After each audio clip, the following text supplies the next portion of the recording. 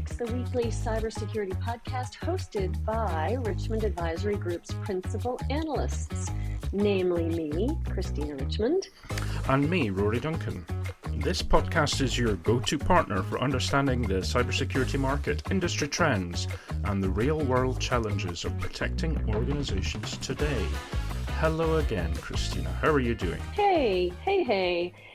I'm well. I know that we are an hour closer because we have not put our clocks back, and you have. Yes, right? No. yes. I'm feeling it. We're an hour closer. I'm an hour closer. I know. I'm still gradually adjusting to feeding the cats, who, of course, their tummies say that it's not an hour closer, that it's exactly 5 a.m. So that's a little bit of a challenge at the moment. But also, we're recording this on Halloween.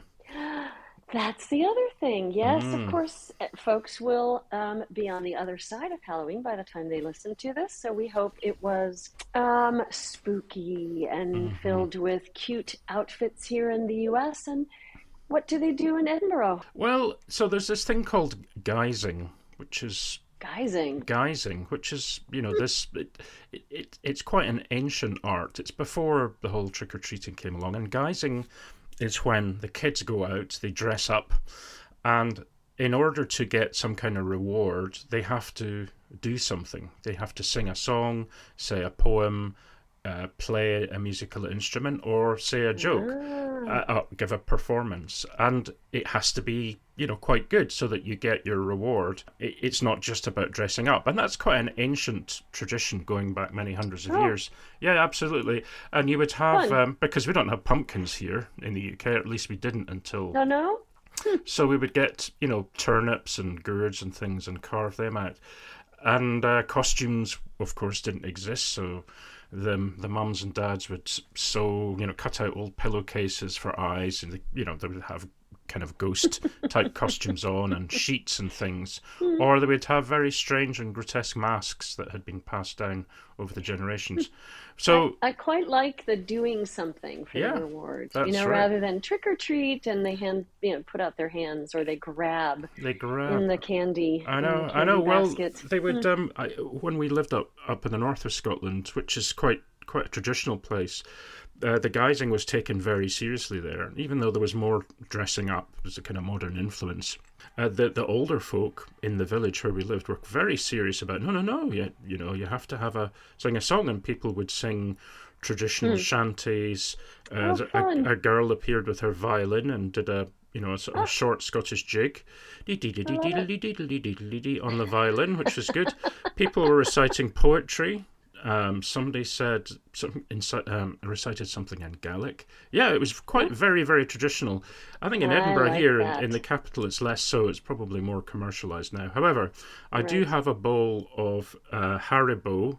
Do you? Other candy is available. It's a bowl of Haribo candy, or sweets as we call them here, ready and for the young ones. See what happens. I don't mind with the young ones. The young ones often are the very first time they kind of go out, and they'll appear as it's getting dark.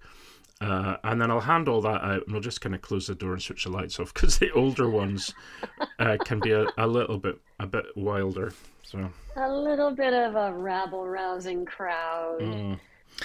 Anyway, anywho, as they say, Christina. We've got follow-up from last week. Not just follow-up from AWS's outage.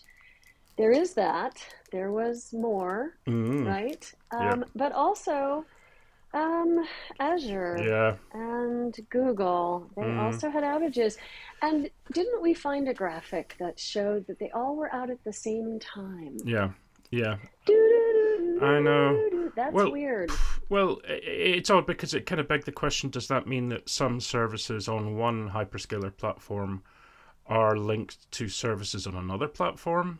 I don't know. But I think I mentioned to you earlier this week that poor old Microsoft, the outage happened on the day of their earnings announcement, which wasn't the best. No good. But it even affected their own service outage page where you would normally go website. Right. So they had to go and get help. You couldn't. So they had to put those notifications on X, and X was working. Yeah. So there we go. It seems as if cascading outages is very much the thing of the moment. They're It not is, and new. didn't it also impact a Scottish vote, the Yes, outage? Yeah. it's kind of a bit weird that the Scottish Parliament, small as it is in a very small country that we live in, they were having a debate on, I think it was some kind of land reform legislation, and they couldn't proceed or do the votes on it in Mm, the Scottish Parliament because it was an Azure-based service that they were using to conduct the voting, I believe. So I think they just interesting. went home early. So it kind of, yeah, exactly. It They permeates just into packed it every. in. Yeah, I know. They're probably the least technically aware or capable organization in the country, but still, even they were affected. Hmm, that's interesting. And then there was a follow-up on there's some retribution occurring from China to the Netherlands, Yeah, right? yeah, Yeah. yeah. It looks as if there's then that was the Nexperia story we had. It appears as That if was it was. last week, eh? The Yeah, it was. Nexperia story. That was just to remind folks that was the Chinese-owned company that the Dutch government had decided to enact a 74-year-old law. Doing what, Rory? Help me remember. It was Uh, to yeah, basically to take. oust the CEO or take Well, over. they to take over the company because they were concerned Mm, that the CEO was planning either to shutter the company and take the business or take the manufacturing facilities or capabilities over to China, and or supposedly or allegedly those trade secrets would go with them. So there was a mm, concern that it would suddenly disappear, but also I think it meant that I think a bunch of folk had been laid off, which isn't legal according to the Dutch mm. Works Council. The same applies everywhere. Yeah. Apparently or allegedly because they had spoken out against what the CEO is doing. Mm-hmm. But yeah, anywho, the Chinese reportedly are dismantling this branch now. Is Yeah. this the retribution? Well, this is what the fear was. I think after the conversation between the Dutch industry minister and then the Chinese probably industry ministry, they had a kind of minister to minister discussion. I think things seem to have sorted it out. I think it appears that it might be being positioned as a kind of a rogue incident. In other words, one Yeah. individual perhaps taking an initiative that he shouldn't. It's pretty clear that the Dutch and the Europeans want to have manufacturing capabilities of this Mm-hmm. type in Europe, of which there isn't that much going on. Typically, the industry is dependent largely on other parts of the world. So if there is a potential risk that that's going, whether intentional or not, even if the rumour would potentially spark this reaction by the relevant government organisation.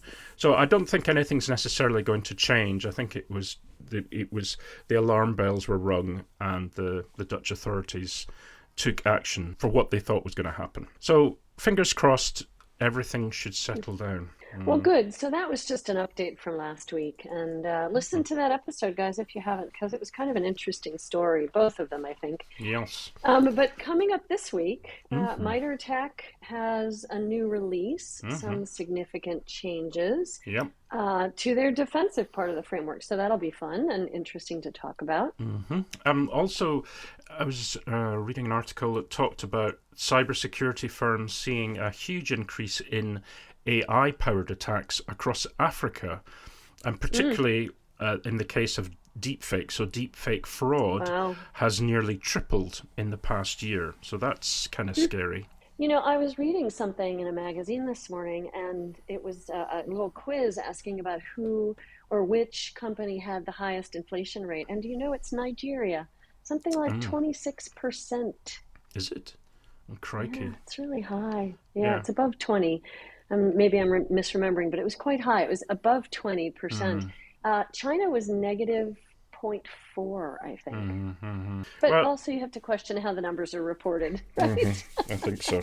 Yeah, enough about inflation. But yeah, who do we have as our guest today? So this week's guest is Charles Henderson, who's the EVP and head of Division Hex at Oh, Coalfire. So we'll be chatting okay. with him about offensive, defensive, managed security services. Coalfire is one I've known since, way back in the day. I've been tracking them since 2013, I think. So Mm-hmm. 12 years. They've really gone through a lot. So it'll be great to catch up with Charles. He is ex IBM X Force, if I Mm-hmm. remember correctly, and I believe he started their red teaming at IBM X Force, and then he also was at Trustwave in the Spider Lab. So he's definitely got quite a nice CV, and it'll be interesting to chat with him about those three topics. Mm-hmm. Lastly, just to kick things off, a few general updates. Folks, sign up for our free monthly newsletter, Signal Not Noise. You can do that at richmondadvisorygroup.com. I almost said the wrong thing there, but I was looking at the wrong page. I was trying to ad lib, trying to remember what the heck I was going to talk Uh-oh. about. Yeah. And then when you subscribe, you'll be sent a 4-page extract from our AI security survey, which is looking at how prepared CISOs, C-suite, and senior IT practitioners are to face AI-powered attacks, which, of course, we are increasingly talking about on this show. But also what would help them to prepare for that. In other words, what can be done to make things a little bit easier in the life of the CISO and others making these decisions. So that was the newsletter, folks. Just sign up when you get a chance. So this week's special guest is Charles Henderson, EVP and Head of Division Hex at Coalfire. Welcome, Charles. Thanks for being on the show. Hey, thanks for having me. Sure. So we're going to be chatting with you today about everything to do with offensive, defensive, and managed security services, amongst other things. So again, it'd be great to hear your thoughts on some of those. Now, it's not offensive as in snarky security, right? No, offensive and defensive security. It's an area that I've studied quite a bit, Charles, and I'm really excited to chat with you about it. And of course, managed security as well. The first question we usually jump in with is just what keeps you up at night? And I imagine there is not just one thing. It's probably a boatload of things that can keep you up at night. Am I right? Well, it's actually a ton of things, but I think it can probably distill it down to one issue that we have in security, and that's budgets. You think about the Mm. average CISO today; they're being asked to do more with less, and every day they're being asked to, how can we save money? How can we how can we do this more efficiently? And the big problem here is that the criminal elements are making more and more money on this. They're getting higher ROIs, and they're willing to fund that R&D, that research, that operation. And you're really putting your average CISO in a untenable position Hmm. when you're saying do, do more with less while the opposition is doing more with more. Well, and just tagged onto that is some of the targets on the backs of the CISOs in terms of SEC regulation. I've heard from some folks that this administration may be loosening some of those targets, but we saw a lot of responsibility put onto just one member of the executive team, the CISO, in certain breaches that occurred. We can name them, but most people know who they were. And in some cases, it was for good reason that the person involved had not maybe done some of their due diligence. But a lot of times, that responsibility is more of a collective responsibility. It's more of a board plus executive team plus CISO. And when you're trying to do more with less, to your point, you're also worried for your reputation and your effectiveness, and you're worried that there could be some litigious event that occurs after a breach that impacts you. It's kind of throwing salt into the wound of what you just said about not having enough budget.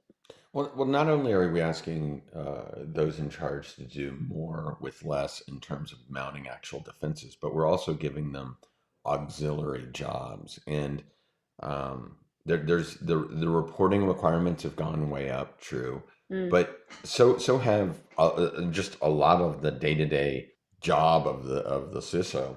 you have a lot of things that they're now focused on that, may or may not directly move the needle. And I think all of the requirements on their own are well-meaning, but in concert, it becomes a lot of noise for a CISO.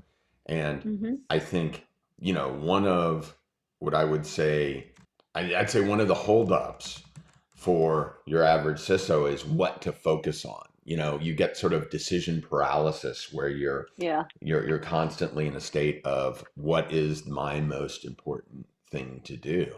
And a lot of what I think the security industry has started to focus on, I know we're focused on it, but I think it's a larger effort, is getting that CISO the information they need to make a decision, but also helping them with the decision that they need to make.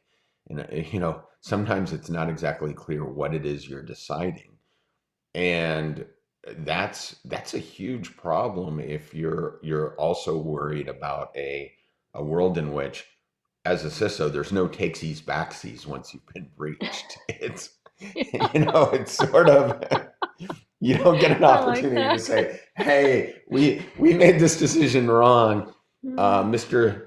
or Mrs. Threat Actor, whatever country, we'd like a do-over, we'd like a mulligan.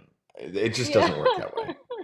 So, So you're in the business of seeking out vulnerabilities, doing pen testing, red teaming, helping the CISO and his or her team see where the challenges are, what they need to fix, and probably helping them prioritize that, from what you just said. And then you're also in the business of mop up on aisle three with defer or incident response, right? And you've been in this world for a long time. And I know we talked when you were at IBM, and we talked when you were at Trustwave, and here you are at Coalfire, having stood up Division Hex and running Division Hex. What is the sweet spot for helping the CISO with all of that morass of data, from whether it's offensive or it's defensive? What is the most important thing that moves the needle for the CISO, do you think? And maybe it's not one thing. I mean, that's kind of, silly of me to say one thing, but what would be a list of the top things they need to be able to make informed decisions about where they need to bolster their whatever it is, infrastructure, monitoring, what have you? so I think it really is an element of, don't just put all your effort into one thing. Mm, One of the things when we're talking about what we're doing for clients, whether in any of my stops, it's always been, if I could sum it up in one word, programmatic. I see a lot of CISOs gravitate to a single solution as sort of the end all be all silver bullet. This is going to right, get the us there. silver bullet. Yeah. Yeah, and it's really easy to do because candidly, marketing sort of tells us that there's a million silver bullets out there. That's But right. but the truth of the matter is that security is a programmatic approach, and it's not an absolute destination. It's a process, and a lot of people have said that before, but it's true. And if you can get to the point where you have a multi-layered approach focused on detection and response, not just on the vulnerabilities themselves. You mentioned red teaming, not just penetration testing, red teaming where you're, Yep. and Yep. ad sim where you're looking for gaps in detection and response.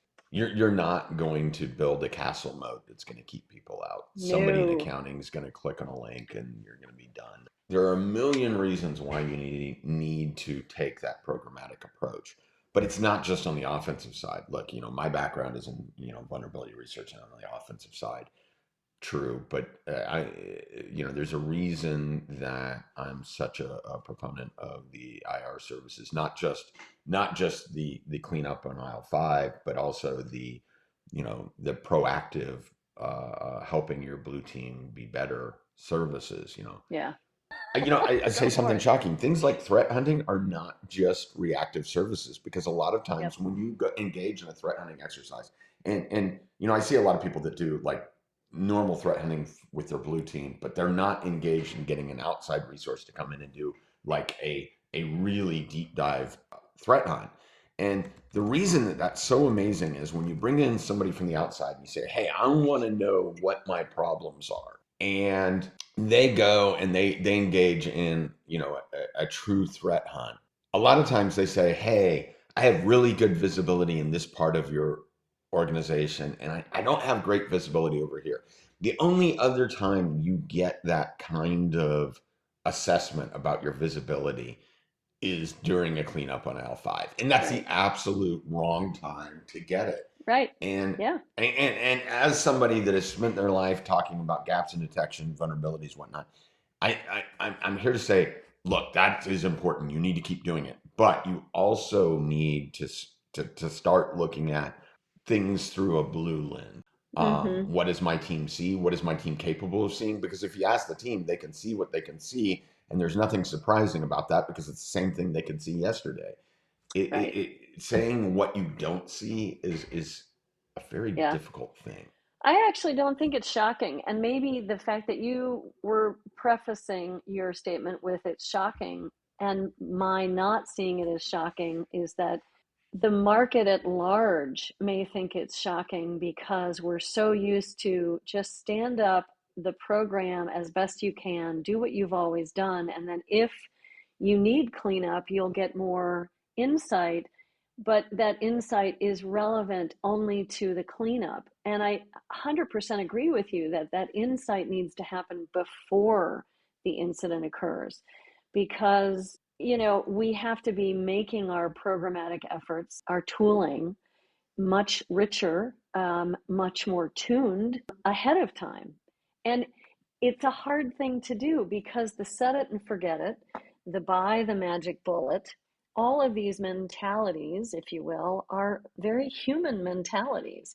We don't want to go looking for problems, Charles. I mean, we have enough problems in our day-to-day. Why should I go look for problems within my program that seems to be humming and my tooling seems to be configured properly and I've done a lot of my patching? Why should I go look for anything else, right? There are a lot of checkboxes in life, but security is not a simple checkbox. And I love what you were saying about helping your, the blue lens, the helping your blue team. I've always been an advocate for have the plan, test the plan, practice the plan, do a cyber range, event where you're bringing in people who aren't usually testing or practicing the plan. You bring them together, give them different roles, have them try on the PR hat, have them try on the CEO hat, or have them try on the HR hat, because it is a team sport when you're in the middle of a breach, and how you manage that breach, not just technically, but in terms of your business, is really going to matter. So I've been a huge fan of proactive threat hunting and looking for the vulnerabilities ahead of time, but also having a plan and practicing the plan.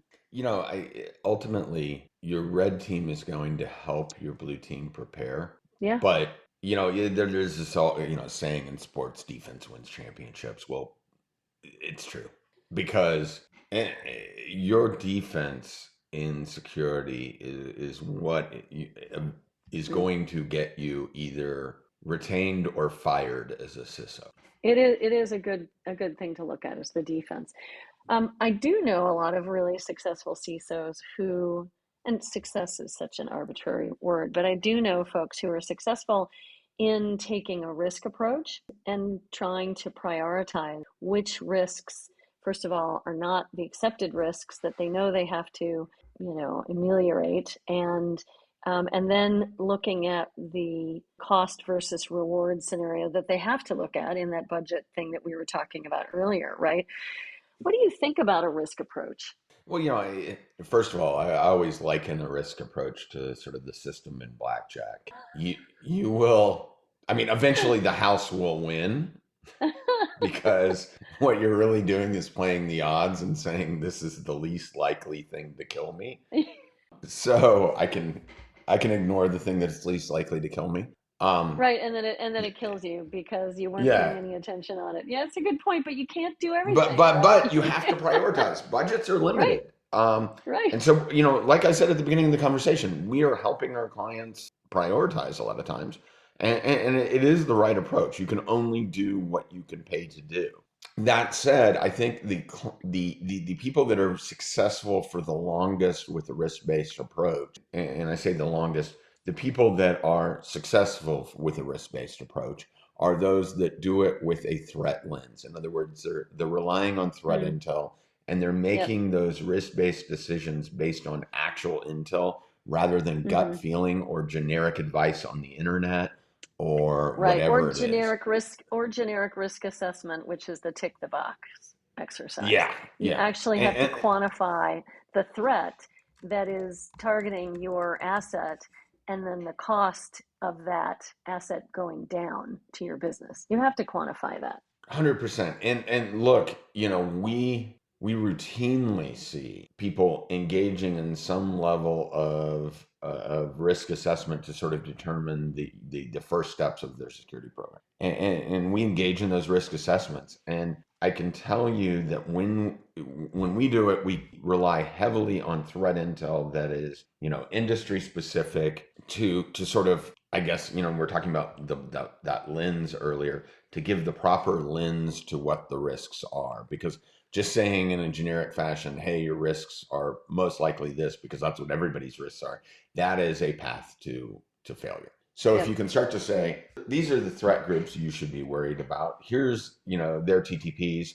Here's, if you can start to narrow your focus and even get down to the point of these are the kinds of vulnerabilities and problems you need to worry about first, and the emphasis on the first, not you need to worry about, but you need to worry about first, and you First. can get to Yep. that priority, you can engage in an informed spend, we'll call it, Mm, that's going to be more effective. But of course, if you're focused on 10 things, the 11th thing is the most dangerous. right.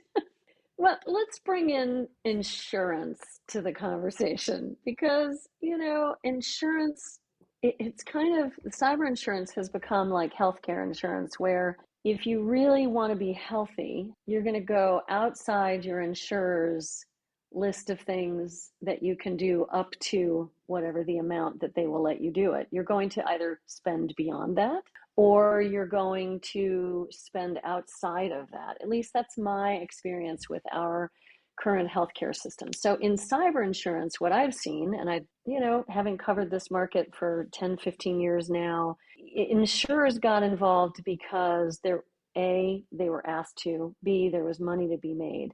But now they are also regulating exactly how much the hourly amount for incident response or any other services that are around that proactive area that we've been talking about. They're starting to be very involved in, here are the programmatic elements you have to tick the box on. Again, another tick the box exercise. But they're also limiting and regulating things that can be done to help be proactively prepared, I think. And I've been watching this for a long time, and I'd love your education on this, your thoughts on insurance, and what the best way is to work with carriers in today's market. I don't know. Do you have thoughts on that, Charles? So, a lot of times when the insurance is reimbursing you for certain costs, they'll reimburse up to a certain point, and people take that as Mm-hmm. a limit. Let's go back to the health analogy real quick. If you're worried that you may have, a certain, really bad disease that if caught early is curable, and you have the means to pay for it, and your health coverage doesn't pay for it, you will more than likely go out of pocket, because getting a terminal disease is not okay just because your health insurance pays for it. Okay. There are repercussions that extend beyond the dollars and cents of what you're willing to pay for healthcare. Okay. So if you have the means, you're going to pay for those diagnostic tests. Security is kind of the same way. If you engage in insurance, they're not limiting you. They're just saying, look, if something happens, this is what we'll pay for. Okay? If you decide that you need a better level of care, you may have to supplement that out of your own pocket. Now, is insurance worth it? That's for an actuary that's going to spend a lot of time, cranking the dollars and the cents and all of that. But what I can say is, if you are outsourcing your risk tolerance along with the decision to go with insurance, you're making a horrible mistake. I love that. Say that again. And the insurance company would tell you the same thing. We are not your North Star for risk tolerance. We are instead making our risk judgments based on the policy that you have, and you need to make your judgments as an organization as well. And I think, sometimes we take shortcuts and we do outsource our risk tolerance to, like, I'm just going to have the insurance policy to back me up, and I'm going to just not handle some of these risks I know exist because, hey, I've got insurance. And you're right, that is a horrible idea. The backstop in baseball doesn't mean that you can forgo a catcher, you know? It's true. No, but it's a good analogy, and you can't forego the catcher. And in some ways, the insurance provider is the catcher, but in other ways, strategically, you need a catcher to be talking to your pitcher to make sure the right ball is being thrown. So I think of them as more the backstop. I think of Yeah. them more the backstop. I mean, Yeah. I think a lot of CISOs think about your insurance program as the catcher, but no. You ultimately you field your own team. Never confuse the fact that the insurance is that is a supplemental team that is there to help in cases of disaster, right? Yeah. And they're going Yeah. to help control some of those costs. Yeah. It's a catastrophic policy, if you will. Yes. Yeah. Yes. Yeah. Well, on that note, we've kept you for the time that we asked you for. We want to, give you back. We want to honor your time commitment. But this was so fun, Charles, and I think we should do it more frequently. So thank you so much for taking time with us today, Charles. This was a lot of fun. We'll have you back on, and really appreciate your time today. Hey, Eve, thanks for having me. It was fun. Yeah, let's do some news now, Christina. Tell us about a MITRE attack. Everyone uses MITRE ATT&CK, and I think it's such a brilliant government-funded tool, set of frameworks that folks use. And there was a moment, was it a year ago? It was a little bit ago, that was talking about, oh no, it's defunded. But the government came to its senses and renewed the funding. So with that new funding, in part, I'm sure, they have made significant changes in the defensive part of the framework, which I think is great. It's a widely used knowledge base for adversary tactics and techniques, right? Yeah. It talks about, the groups, the campaigns, the software. But now what they're doing is they've added 2 new objects to its detections. One is called detection strategies, which defines high-level approaches for detecting specific attacker techniques.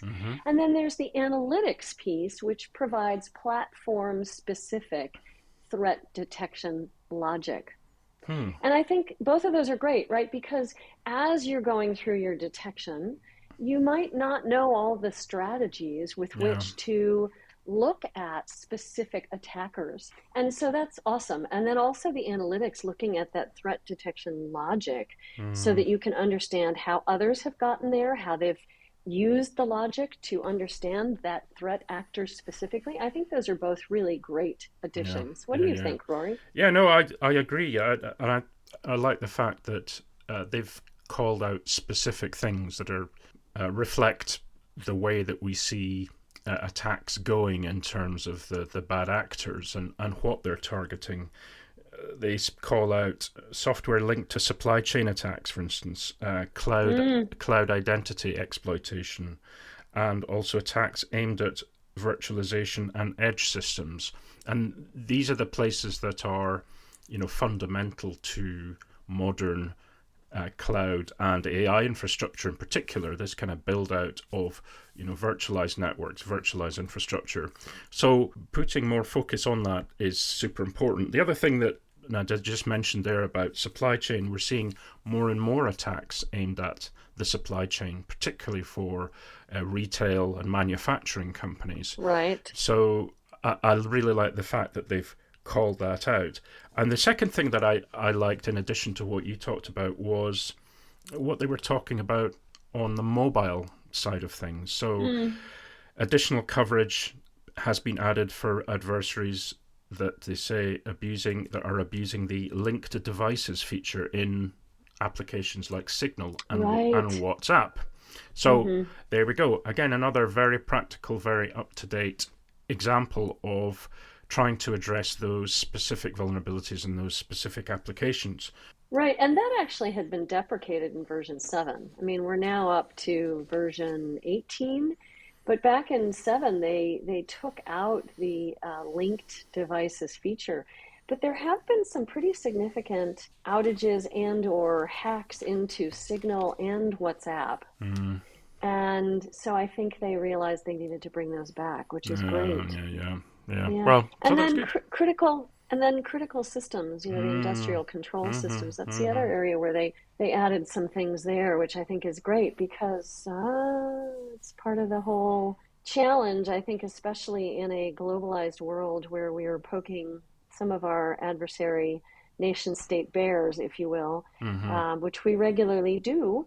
Yeah, And so the attacks, I'm sure, are continuing yeah, into ICS and critical infrastructure. So, yeah. yay, good on them, MITRE. I'd love to catch up with them, actually. Maybe we should have a briefing from them Mm, because they really do great work. great. Yeah, that would be good. I think that's a really great idea. Okay, the second news item of the week is that not slightly sinister, quite sinister, and a little alarming, is that cybersecurity firms are seeing a huge surge in AI-powered attacks across Africa, the very large and vast continent of Africa. And this is something Wow. that I took from dark reading, um, Mm. and where AI technology is being used by cybercriminals to boost the effectiveness of phishing campaigns and execute impersonation attacks Oh, wow. using deepfakes. Now, Mm. none of this is unique, right? But No. what they're saying is that the level and rate at which this is increasing has been very alarming. So, deepfake related fraud has apparently nearly tripled in the past year. This is according to the threat intelligence firm Group IB. Meanwhile, phishing is the most common attack against African organizations, with attackers using AI to produce, and get this, to produce native sounding messages and automate campaigns to achieve a much higher click through rate. So Mm. here's the thing here, and this is something that if you live in a regional part of the world where there are highly varied accents, of which in most countries there are, often a really local accent is seen as more trustworthy than a nationwide one. In the same way as, for instance, in Scotland, somebody with a local Scottish accent is seen to have more credibility or trustworthiness than perhaps a strong Mm. English or Interesting. received English accent. There's lots of studies in that. So, for instance, here in Scotland, if there's an advert on television for, I don't know, laundry liquid or something, if you're in, I'm just thinking because if you're in England, it will have the English accent or an estuary English accent or whatever. In Scotland, they'll either have a Scottish one or the Irish one. And it's funny because you're like, who the heck is this? They have an Irish celebrity on. It's because in Scotland we would give credibility to the Irish accent more than to the English accent. So they do this like 2 or 3 versions of things, presumably, and then the advertisers will have them playing in the different regions. But back to the serious topic, which is in Africa, because of course Africa is a nation of many, many languages, several hundred Yes. different languages, of course. And if cyber criminals are able to use AI to create these deep fakes, which of course they can, even if there's hundreds of regional accents or languages, they can scale that massively using AI deepfake technology. That's a real problem. That really addresses and touches on where people would have the most trust in a language that they speak or that they would Right. consider as a very small Mm. number of people, therefore it must be believable.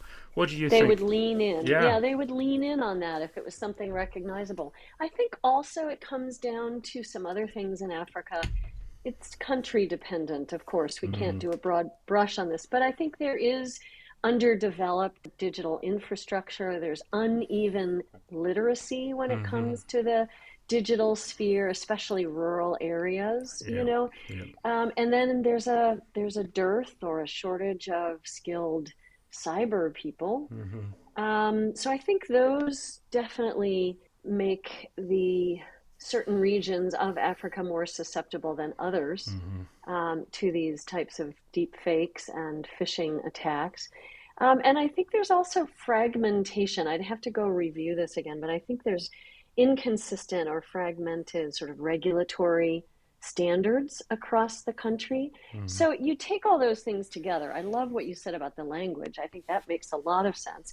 Then if you combine maybe a rural area, less consistency in terms of any policy or regulatory control, and you take some of that digital immaturity perhaps, or literacy, lack of literacy, I think it's very ripe then for these attacks. But why now? Right? Why now specifically? Why are attackers saying, "Oh, let's turn our attention there"? I wonder. I'm just wondering. Yeah, no, and it's a very good question. I think perhaps because if you think up, let's say Western Europe, if you look at the growth of economies and investment and so on, we've had relatively slow growth and GDP growth and spending since the financial crisis in 2008, 2009. It's been very slow to recover, whereas places like China, Africa have been heavily invested in, and that it hadn't really affected them in the same way. Therefore, their infrastructure and adoption rate is growing vastly more quickly. Therefore, for the cyber criminals, they see that as an opportunity.